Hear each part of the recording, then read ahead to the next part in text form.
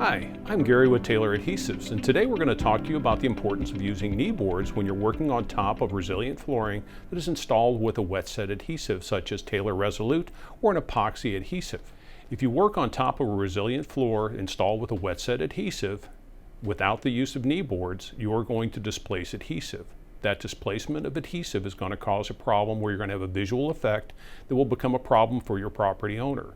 And this will also be a problem if you're using a one-step moisture barrier adhesive like Taylor Resolute, because this indentation will be a point where moisture can work its way up and actually contact into the floor covering itself.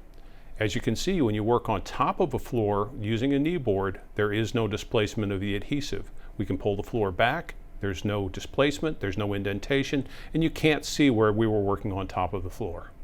Every time you work on top of a resilient floor that's installed with a wet set adhesive, the use of proper knee boards is absolutely critical for successful installation.